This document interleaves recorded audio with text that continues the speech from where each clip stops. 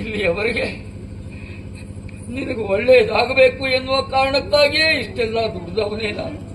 ಅವಳು ಮಗಳೇ, ಊಟ ಬೇಡ ಎನ್ನುವ ಹಾಗೆ ಹಠ ಮಾಡಿದಾಗ ಅಂಗಳಕ್ಕೆ ಕರೆದುಕೊಂಡು ಹೋಗಿ ಚಂದ್ರಮನನ್ನ ತೋರಿಸಿ ನಿನಗೆ ಉಳಿಸಿದವನು ನಾನು. ನಿದ್ದೆ ಮಾಡುವುದಿಲ್ಲ ಎನ್ನುವ ಹಾಗೆ ಹಠ ಮಾಡಿದಾಗ ನನ್ನ ತೊಡೆಯನ್ನೇ ತೊಟ್ಟಿಲಾಗಿಸಿಕೊಂಡು ಜೋಗುಳ ಹಾಡಿ ಮಲಗಿಸಿದವನು ನಾನು. ಈ ರೀತಿಯಾದಂತಹ ಹಠ ಬೇಡ. ನೋಡು, ಶೋಧನ ನನ್ನ ಮದುವೆ ನಿನಗೆ ಒಳ್ಳೇದಾಗ್ತದೆ. ಮಗಳೇ ಮಗಳೇ ಅಂತ ಮೈ ಮುಟ್ತೇನೋ. ತರೆಗಲೆ ಉದುರಿ ಹಸಿರೆಲೆ ಚಿಗುರಿ ಮರದಲ್ಲಿ ಬರಿ ಚೀರಾಟ, ಇರುಳನು ಮೀರಿ ಬೆಳಕನು ತೋರಿ ಮೆರೆವನು ರವಿ ಹೋರಾಟ. ಅಲ್ಲಿನ ತೀರ ಇಲ್ಲಿನ ತೀರ ಬಲ್ಲುದೆ ನೀರಿನ ಸಾರ, ನಿಲ್ಲದ ಓಟ ಬಾಳಿನ ಪಾಠ ಇಲ್ಲಿದೆ ಪರ್ಣ ಕುಟೀರ, ಇಲ್ಲಿದೆ ಪರ್ಣ ಕುಟೀರ.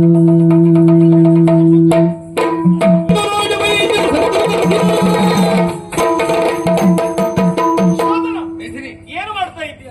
ರಾಜವೈದ್ಯರನ್ನು ಈ ರೀತಿಯಾಗಿ ಎಳೆತರ್ತಾ ಇದೆಯಲ್ಲ, ಕರುಣೆ ಇಲ್ಲವೇನೋ ನಿನಗೆ? ಕಾರಣ ಇಲ್ಲದೆ ಅಲ್ಲ, ಕರುಣೆ ನಮ್ಮನ್ನು ನೋಡುವವರ ಮೇಲೆ ಇಲ್ಲ ಬಿಟ್ರೆ ನಾವು ಕರುಣೆಯನ್ನು ಇರಿಸಿಕೊಳ್ಳುವುದಲ್ಲ. ಇವರು ಮಾಡಿರುವಂತ ಅಪರಾಧ ಅಂತದ್ದು. ನಮ್ಮಿಬ್ಬರನ್ನು ದೂರ ಮಾಡಬೇಕೆನ್ನುವ ಸಲುವಾಗಿ ಸುಳ್ಳನ್ನು ಹೇಳಿದವರು ಇವರು. ಕೇಳು, ಸತ್ಯ ಏನು ಅಂತ ಕೇಳು. ಹೇಳಿ. ಸತ್ಯವೇ ಇದು? ನನ್ನದು ತಪ್ಪಾದದ್ದು ಹೌದು. ಮಹಾರಾಣಿಯ ಹಣದ ಆಮಿಷಕ್ಕೆ ಒಳಗಾಗಿ ವೃತ್ತಿ ಧರ್ಮವನ್ನು ಪಾಲಿಸುವುದಕ್ಕೆ ಮುಂದಾಗಲಿಲ್ಲ ತಾಯಿ. ಹಾಗಾದ್ರೆ ನಿಮಗೆ ಹೇಳಿದ್ದು ಮಹಾರಾಣಿಯವರೇ, ಹಣಕ್ಕಾಗಿ ಯಾವ ಕೆಲಸವನ್ನು ಮಾಡುವುದಕ್ಕೆ ಹೇಸುವವರಲ್ಲ. ಛೀ, ನಿಮ್ಮ ಮುಖ ನೋಡುವುದಕ್ಕೆ ಮನಸ್ಸಿಲ್ಲ. ಹೋಗಿ. ಯಾವತ್ತು ಸತ್ಯಾಸತ್ಯತೆಯನ್ನು ತಿಳಿಬೇಕು ಮೈತ್ರಿ. ಏಕಾಏಕಿಯಾಗಿ ನಿನ್ನ ನಿರ್ಣಯವನ್ನು ಮಾಡಿಕೊಂಡು ನೀನು ಇಲ್ಲಿಂದ ಹೋಗುವುದಲ್ಲ, ನನ್ನನ್ನು ತಿರಸ್ಕರಿಸುವುದಲ್ಲ. ಈಗಲೂ ನಿನಗೆ ಅವಕಾಶ ಉಂಟು. ಮಹಾರಾಣಿಯ ಅಳಿಯನಾರಾದರೂ ಸಹ ಈ ರಾಜ್ಯದಲ್ಲಿ ಉಳಿಯಬೇಕಾದಂತ ಅನಿವಾರ್ಯತೆ ನನಗಿಲ್ಲ. ನನ್ನ ತೋಳಿನಲ್ಲಿ ಸಾಮರ್ಥ್ಯ ಉಂಟು, ದುಡಿಯುತ್ತೇನೆ ಎನ್ನುವಂತ ವಿಶ್ವಾಸ ನನಗುಂಟು. ನನ್ನ ಪ್ರೀತಿಯ ಮೇಲೆ ನಿನಗೆ ನಂಬಿಕೆ ಉಂಟು ಅಂತಾದ್ರೆ ಈ ಕ್ಷಣಕ್ಕೂ ಈ ರಾಜ್ಯವನ್ನು ಬಿಟ್ಟು ಬಹು ದೂರ ಹೋಗೋಣ. ಸರಿ, ಎಲ್ಲವೂ ನೀರ ತೊರೆದು ಚೆಲ್ಲಿಸಬಹುದೇ ನೆಲದಿ ನಾವೆಯೂ,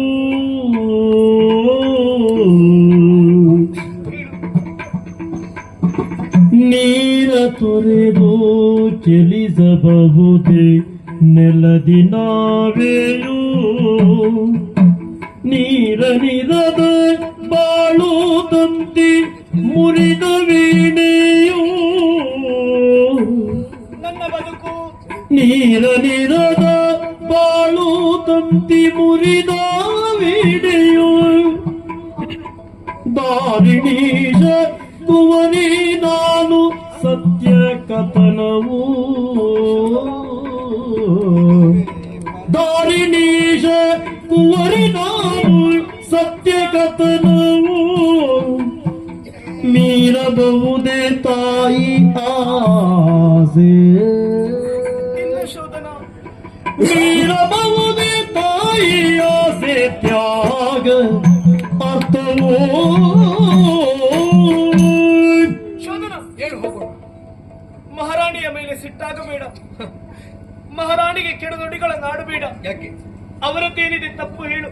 ಅಂದ್ರೆ ಮಕ್ಕಳ ಭವಿಷ್ಯ ಉನ್ನತಿಯನ್ನು ಕಾಣಬೇಕು ಅಂತ ಆಶಿಸುವುದು ತಂದೆ ತಾಯಿಗಳ ತಪ್ಪೇ? ಹಾಗಂತ ಪ್ರೀತಿಯನ್ನ ಮುರಿಯುವುದು ಒಳ್ಳೆಯದ? ನೋಡು, ಏನು? 1000 ಸುಳ್ಳು ಹೇಳಿ ಒಂದು ಮದುವೆ ಮಾಡಿಸುವಂತ ಆಡುತ್ತಾರೆ. ತನ್ನ ಮಗಳ ಮದುವೆಗಾಗಿ ಈ ರೀತಿ ಸಟೆಯಾಡಿದ್ರೆ ಅದು ಅಮ್ಮನ ತಪ್ಪಲ್ಲ. ಮಗಳು ರಾಜಕುಮಾರಿ ಆಗಬೇಕು, ಮಹಾರಾಣಿಯಾಗಿ ಮೆರೆಯಬೇಕು ಅಂತ ಅವಳ ಆಸೆ. ನೋಡು, ಅವಳ ಆಸೆಗಾಗಿ ನನ್ನ ಪ್ರೀತಿಯನ್ನು ನಾನು ಬಲಿ ಕೊಡಬೇಕಲ್ಲ? ಬಲಿ ಕೊಡಲೇಬೇಕು. ಅಂದ್ರೆ ನೀನು ರಾಜೇಶ್ವರಿಯನ್ನು ಮದುವೆ ಆಗಬೇಕು. ರಾಜೇಶ್ವರಿ ಮಹಾರಾಣಿಯ ಮಗಳಲ್ಲವೇ? ಅವಳ ಆಸೆ ನೆರವೇರಬೇಕು. ಅವಳ ಆಸೆಯನ್ನು ನೆರವೇರಿಸುವಲ್ಲಿ ನಾನು ನಿನ್ನನ್ನು ಪ್ರೀತಿಸಿದವ ಹೇಗೆ ಮುಂದಡಿಯಲೆ? ಅವಳ ಮೇಲೆ ಅಂತ ಭಾವನೆಯಿಂದ ಹೊತ್ತವ ನಾನಲ್ಲ. ನಿನಗೆ ಯಾಕೆ ಅರ್ಥ ಆಗುವುದಿಲ್ಲ? ನಿನಗೆ ಗೊಂದಲವಾಗಿರಬಹುದು. ಮಹಾರಾಣಿ ರಾಜೇಶ್ವರಿ ಕುರಿತಾಗಿ ಎಷ್ಟು ಪ್ರೀತಿಸಿದರೂ ಕೂಡ ರಾಜೇಶ್ವರಿ ಮಾತ್ರ ಮಹಾರಾಣಿಯತ್ತ ಮನ ಮಾಡುವುದಿಲ್ಲ, ಅದನ್ನು ಗಮನಿಸಿದೆ ನೀನು?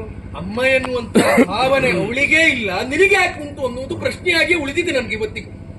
ನಿಜವಾಗಿ ರಾಜೇಶ್ವರಿ ಮಗಳಾಗಿದ್ರೆ ಅವಳಿಗೆ ತಾಯಿ ಎನ್ನುವ ಭಾವನೆ ಹುಟ್ಟುತ್ತಾ ಇತ್ತು. ಅವಳು ಮಹಾರಾಣಿಯ ಮಗಳಲ್ಲ, ಮಹಾರಾಣಿಯ ಮಗಳು ನಾನು ಶೋಧನ. ಏನು ಕಥೆಯನ್ನ ಹಿಡಿತಿ? ಯಾಕೆ? ಆ ಕಡೆಯಲ್ಲಿ ರಾಜೇಶ್ವರಿಯನ್ನು ನಾನು ವರಿಸಬೇಕೆನ್ನುವಂತ ಉದ್ದೇಶಕ್ಕಾಗಿ ಇಂಥದ್ದೊಂದು ಸುಳ್ಳನ್ನು ನೀನು ಇಲ್ಲಿ ಹೇಳುವುದಾ? ನೋಡು, ನೀನು ಏನೇ ಹೇಳಿದ್ರು ನಾನು ಅವಳನ್ನು ಮದುವೆ ಆಗುವಲ್ಲ.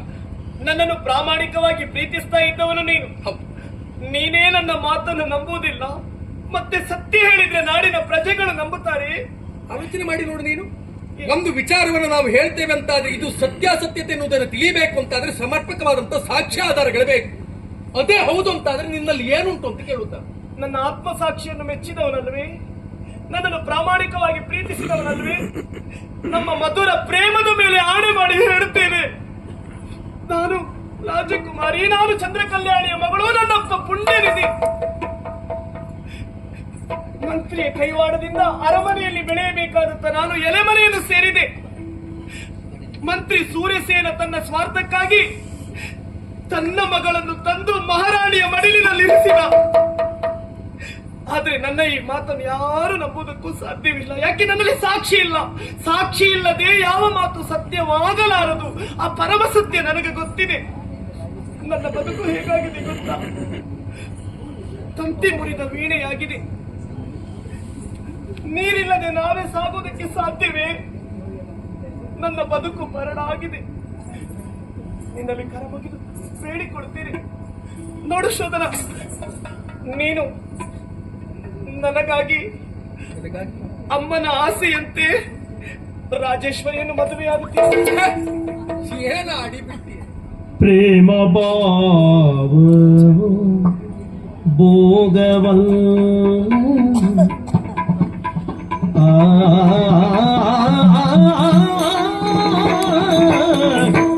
ಪ್ರೇಮ ಭಾವವು ಭೋಗವಲ್ಲವು.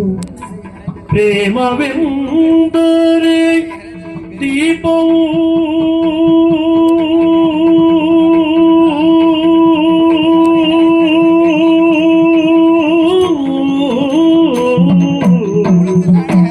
ಪ್ರೇಮ ಎಂದರೆ ದೀಪವು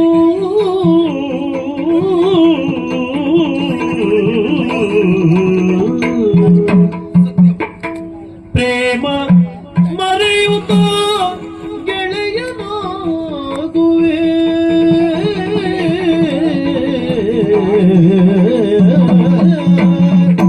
ಪ್ರೇಮ ಮರೆಯುತ್ತ ಗೆಳೆಯನಾಗುವೆ. ಪ್ರೇಮ ಕಾಣಿಕೆ ತ್ಯಾಗವೋ.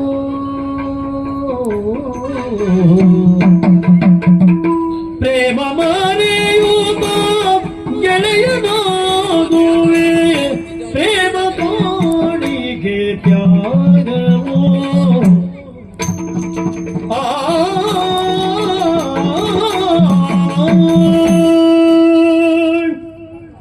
ಕೇಳುವುದಕ್ಕೆ ಬಹಳ ಕಷ್ಟ, ಆದ್ರೂ ಸತ್ಯವನ್ನು ನಾನೀಗ ಒಪ್ಪಿಕೊಳ್ತೇನೆ. ಏದಿನಿ, ಕಂಡವರ ಎದುರಿನಲ್ಲಿ ನೀನು ಈ ಮಾತನ್ನು ಆಡಿದೆ ಅಂತಾದ್ರೆ ಇದಕ್ಕೆ ಸಾಕ್ಷಿಯೇನೆನ್ನುವ ಹಾಗೆ ನಿನ್ನನ್ನು ತಿವಿಯುವುದಕ್ಕೆ ಮುನ್ನ ಮಾಡ್ತಾರೆ. ಹಾಗಂತ ನಾನು ಸಾಕ್ಷಿಯನ್ನ ನಿನ್ನಲ್ಲಿ ಈಗಲ್ಲ ಯಾವತ್ತಿಗೂ ನಾನು ಕೇಳುವುದಿಲ್ಲ. ಯಾಕೆ? ನಿನ್ನ ಮಾತಿನ ಮೇಲೆ ನನಗೆ ಭರವಸೆ ಉಂಟು, ನನ್ನ ಪ್ರೀತಿಯ ಮೇಲೆ ನನಗೆ ವಿಶ್ವಾಸ ಉಂಟು. ಯಾವ ಕಾರಣಕ್ಕೂ ನೀನು ಅಮೃತವನ್ನು ಆಡುವವಳಲ್ಲ ಎನ್ನುವ ಹಾಗೆ.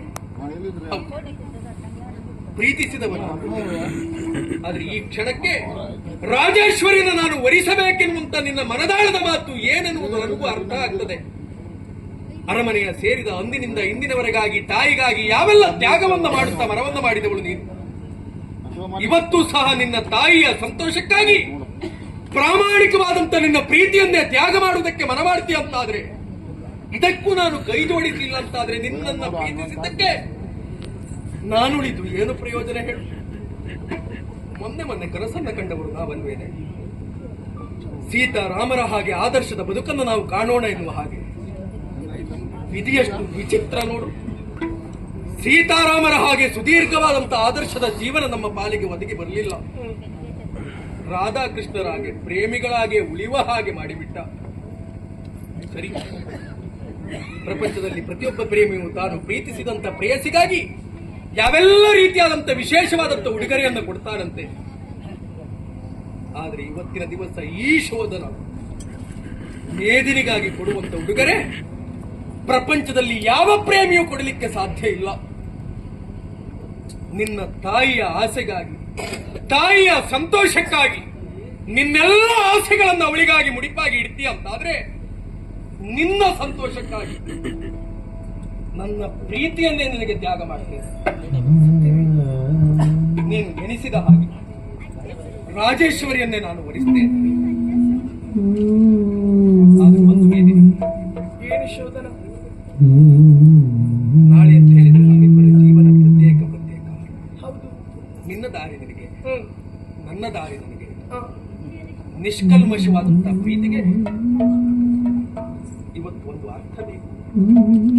ಪ್ರೇಮದ ಕಾಣಿಕೆಯನ್ನು ಕೊಡುವುದಕ್ಕೆ ಮನ ಮಾಡಿದವನು ಅದರ ಬದಲಾಗಿ ತ್ಯಾಗದ ಕಾಣಿಕೆಯನ್ನು ನಿನ್ನ ಪಾಲಿಗೆ ಅರ್ಪಿಸ್ತಾ ಇದ್ದೇನೆ. ಶೋಧನ, ಪರ್ಣಕುಟೀರದ ಕಾಡಿನಲ್ಲಿರುವವರು ತ್ಯಾಗಿಗಳು ಅಂತ ನಾನು ಕೇಳಿದ್ದೇನೆ. ನಮ್ಮವರೆಲ್ಲ ಹೇಳಿದ್ರು ತ್ಯಾಗ ಮನೋಭಾವ ಮನುಷ್ಯನಿಗೆ ಒಳ್ಳೆಯದು. ಬರೇ ಕಾಡಿನಲ್ಲಿರುವವರು ತ್ಯಾಗಿಗಳಲ್ಲ, ನಾಡಿನಲ್ಲಿರುವವರು ತ್ಯಾಗಿಗಳು ಅಂತ ತೋರಿಸಿಕೊಟ್ಟೇನೆ. ಸಂತೋಷವಾಯಿತು.